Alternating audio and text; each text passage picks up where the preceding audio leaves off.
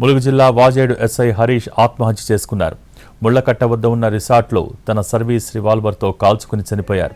నిన్న రాత్రి రిసార్ట్కు వచ్చిన హరీష్ ఈ తెల్లవారుజామున ఆత్మహత్య చేసుకున్నట్టు తెలుస్తోంది.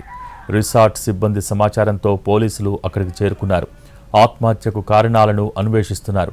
ఇటీవల ఇన్ఫార్మర్ల నెపంతో మావోయిస్టులు ఇద్దరిని హతమార్చారు. ఆ కేసుకు సంబంధించి హరీష్పై ఒత్తిడి పెరిగినట్టు చెబుతున్నారు. హరీష్ స్వగ్రామం భూపాలపల్లి మండలం రేగొండ మండలం వెంకటేశ్వరపల్లె. గతంలో వాజేడు ట్రైనీ ఎస్ఐగా విధులు నిర్వహించాడు. తర్వాత పేరూరుకు బదిలీ అయ్యారు. 6 నెలల క్రితం మళ్లీ వాజేడు పోలీస్ స్టేషన్కు బదిలీపై వచ్చారు హరీష్.